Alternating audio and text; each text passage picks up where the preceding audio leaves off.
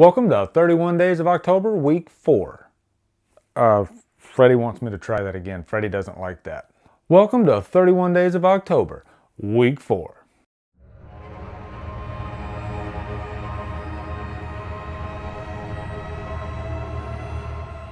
What's up, guys? Welcome to 31 Days of October, week 4. I can't believe we only have one more week after this week left. This is it. It's flying by, but I've been having a blast. It's been awesome. And this week I have two really awesome guests. I have Spidergeek and I have the Horror Addicts. And I'm super excited because I love YouTubers that have such a distinct personality, and these two really do. They make their stamp. And because of that, they have their hardcore followers. So again, so excited to have Spidergeek and the Horror Addicts. This is awesome. So first off, let's start off with my good buddy Spidergeek. We've been great friends for the past year. We've done a couple of trades, shout outs to each other. He's just such an awesome dude, and he just has such a magnetic personality. You can't help but like Spidergeek, and he's hilarious. So anyway, take it away, Spidergeek.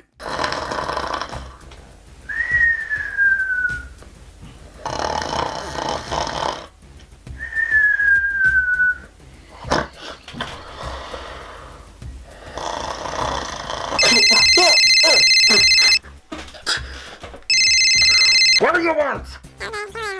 What do you mean I'm supposed to be doing a video for Drumdums channel? What? I don't even like that channel! You talk to me like that again, I'll gut you like a fish, you understand? Hey guys, what is up, and welcome to 31 Days of Horror. I'm Spidergeek. This is week 4. I'm here to talk about all the horror movies I watched this week. Firstly, before I get into this, I want to give a big shout out to Lee. Big thank you for having me on your channel. Big fan of the channel, big fan of this series, and a massive fan of Halloween. So I've been smashing the horror movies this month, pretty much the same as I always do. All I watch is horror movies, so for me, every day is Halloween. But these are the movies I watched over the past week, the ones that stood out to me, and the ones I want to talk about. Alright, so I've got 4 movies to talk about on this episode, and it all turns out that they're all real classic movies. I kind of set out to watch a lot of new independent horror movies this Halloween, but this past week it turns out that I've just been watching classics. And first up in this week's Hall of Madness is Candyman. Candyman's always stood out to me as being one of them movies that was super creepy. I mean, you've got Tony Todd dressed up in a creepy jacket with a hook for a hand with bumblebees in his mouth. You can't get much more creepier than that.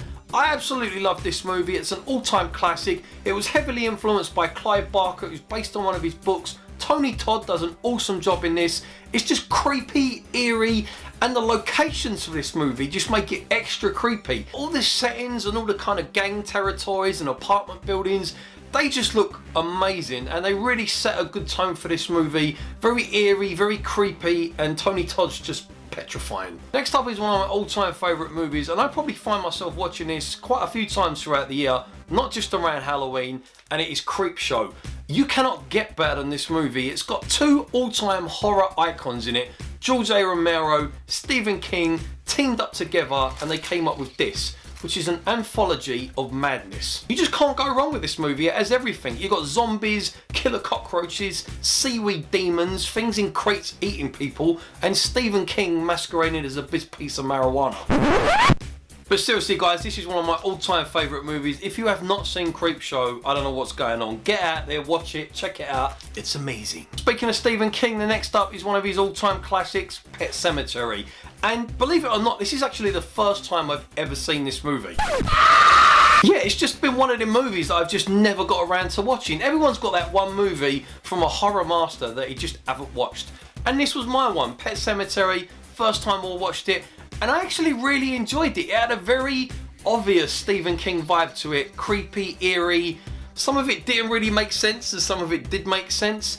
And I just love the tone of this movie. It's just got all the right fundamental basic things that make up an awesome Stephen King movie. You got creepy cats, Herman Munster, and a kid that looks like Chucky. Now the next movie kind of leads on from Pet Sematary in the fact that there's another crazy ass cat in it, and it's 2 Evil Eyes. I absolutely love this movie. Again, it combines 2 horror masters, George A. Romero and Dario Argento. They come together and bring two stories together in this mini anthology, and it's basically two stories based on Edgar Allan Poe stories. And it's just an awesome movie. I love these two stories. I think they definitely complement each other. You can really distinctly see the different styles between George A. Romero and Dario Argento. If you didn't know who directed these movies, you could tell. Like the first movie by George Romero, it just kind of sings Creepshow. It's got, you know, Adriana Barboa, and you've got Tom Atkins in there, and it's kind of got that zombie Living Dead kind of vibe to it. I'm not going to spoil the stories, but you need to check them out. And the second one by Dario Argento, which is called The Black Cat, it's just Dario Argento all over. It's kind of very dreamlike, a little bit surreal, you know, there's lots of crazy stuff going on it, and it just screams Dario Argento. So these two movies in one make up like a mini anthology. Highly recommend this movie, guys. If you haven't checked it out, definitely jump on it. Two Evil Eyes, it's amazing. And that's it, guys. They're the 4 movies that I wanted to talk about. I did watch a bunch of other movies, but I can't really be bothered to chat about them because they weren't as good as these 4. If you do want to know what I've been watching, you can hit me up on my Letterboxd account, and it's just Spidergeek, or you can jump over to my channel where I do updates and all that other good stuff. So thank you very much, Lee, for having me on your channel. You rock, dude. Let's do it. Halloween! So next up we got the Horror Addicts. I had them on for the 2015 31 Days, and I'm super excited to have them again. They are just huge members of our horror community, and I love their videos. They're just so funny. And I also love Lowell's, their son. He is just adds that extra bit of awesomeness to their channel. And I believe Lowell's has his own channel now, which is also awesome. So anyway, take it away, Horror Addicts. Hey Drumdums, I'm Gory B Movie. And Mama. And today we're going to tell you about all the movies we watched this week. This week we were feeling in the Halloween spirit, so we watched a couple spooky family movies together. The first was Monster House. So Monster House is about a house that is literally a monster. This house full on eats people. I'm not talking about just adults here. It eats kids. It eats a dog. Anything can feel sneaky.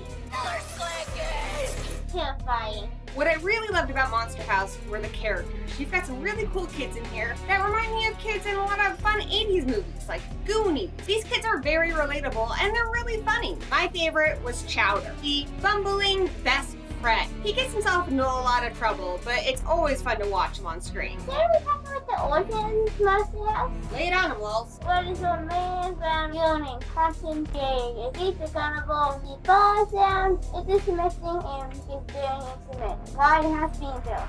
He built everybody and he passed out. The house was built on people. Everything I learned from watching Poltergeist is that is a bad idea. Don't build your houses on people. I want to become evil. And then it could eat you. And the other movie we watched this week was Howard Lovecraft and the Frozen Kingdom, based on a series of 3 graphic novels and also on the stories of H.P. Lovecraft. In the movie, Howard goes to visit his father, who is in an institution. Howard's father wrote a book called The Necronomicon. Howard's father tells him, you need to get this book and you need to destroy it. But what does Howard do? He finds the book and he reads it out loud. If you find a creepy book, what is the first thing you don't do? Read it out loud. Second rule, don't at all. Except for in the case of this movie, because for Howard, instead of releasing a whole bunch of deadites like an Evil Dead, he travels to The Frozen Kingdom. and there's this big monster that is all tentacly and becomes his best friend, and his name's Spot. And I have to say, the best parts about this movie is Howard hanging out with his monster buddy, having snowball fights and building snowmen. It was awesome. He even gets to ride him. Spot reminded me a lot of Ludo in Labyrinth. This movie also reminded me a little bit of Wizard of Oz, a little bit of Neverending Story in there. So if you like those movies, I think you're gonna like this film. What was your favorite part? The epic snowball fight of legends. Seriously, you've never seen a snowball fight until you've seen a snowball fight with a monster. I liked this movie because as a kid, I always wanted to find a cool monster to be my best friend. Unless they wanted to eat you. Well, and as this movie says, friends don't eat friends. Unless they're very hungry. The more you know. So if you're looking for good family Halloween horror fun, these are 2 cool movies to check out. Hope you guys have an awesome Halloween. And Drumdums, thanks for having us on your show. Yay! Nothing. If you want to see more reviews from us, be sure to check out our channels, Horror Addicts and Horror Kids. Well, that's a wrap. Okay guys, now let's talk about what I watched this week, and I watched some really great ones this week. First off, started off with a good zombie movie, my favorite zombie movie really, and that is The Return of the Living Dead. This is one of those movies that I didn't see for years and years. I finally saw it a few years ago, and I always thought, what the hell is this? Is this a sequel to Night of the Living Dead? But no, it's really its own thing. And there's a whole backstory to this because the writer of Return of the Living Dead, he also was one of the co-writers for Night of the Living Dead. And so this was really his own thing. And Dan O'Bannon, who wrote Alien, directed it. But it's so funny, it's so unique. And the zombies really are their own characters. Tarman might be one of the most iconic zombie figures ever. So definitely check out Return of the Living Dead if you haven't. Also, Linnea Quigley, who plays Trash, is really just a standout character as well. Next up, I did The Witch. I haven't watched this movie since I first saw it in the theater, way back in, I believe, March, February, somewhere around there. But this is one that I wanted to save for October because it has that really creepy witch vibe to it, and it's just so unsettling. And I love to watch a few movies like this during this month. You know what, I gotta say, I really enjoyed this movie much more this time around, even though I loved it the first time. And I got more out of it this time too, because the first time I reviewed the movie, I kind of saw it in a different way, especially regarding the character Thomason. Whereas this time, things made more sense to me. And I've mentioned this before, but sometimes, you know, I'm not always right in my reviews. You know, sometimes we make mistakes, or sometimes we just have changes of heart. But yeah, The Witch is fantastic. Really creepy. Black Phillip is a modern horror icon. Definitely check out The Witch. Next up, I did another art house horror film, and that is Darling. This one I just fell in love with. I saw it recently, actually, and it's all black and white, and it's just really artistic. It's crazy. There's very little dialogue in it whatsoever. And it's about this girl who really is an innkeeper for a hotel. Things just go haywire in this movie. It gets crazy. And there's some really disturbing imagery in it too. So definitely check out Darling. And I believe it's on Netflix. So next up, I did Ouija: Origin of Evil. This was the Mike Flanagan directed prequel to Ouija, which I never even saw because everybody said it was horrible. But this one was not horrible at all. This was very fun, actually. And it's hard to be original with a genre that's been done so many times before. But Mike Flanagan, he really made this his own. And I just love that third act in this movie. It was so pulse-pounding and unpredictable, which is also good. And finally, yesterday, I watched My Soul to Take. This is a movie that has been on my requested reviews list for a while, and I decided, hey, why not go ahead and watch this movie and review it? So I'm actually gonna be doing a review for it right after I do this video. It's written and directed by Wes Craven, and that is one thing that's great about it. It definitely has that Wes Craven stamp on it. He likes really out there stories. I give you Freddy. And it's a really unique plot about, you know, souls jumping from body to body, and it's got this unique killer called the Ripper, and it's sort of a whodunit. So yeah, there's a lot to keep you occupied in this movie, and it's got a great cast too, so I enjoyed this one. So guys, that does it for week 4. I want to thank, again, Spidergeek and the Horror Addicts for joining me on this one. This was just such a blast. And as always, make sure you go down in the comments and let me know what you guys watched for the week. Also, make sure you join the Killer Flicks Facebook group where we talk horror all day, every day. Like, subscribe, and comment. Follow me on Facebook, Twitter, Instagram, and Letterboxd. And Drumdum out.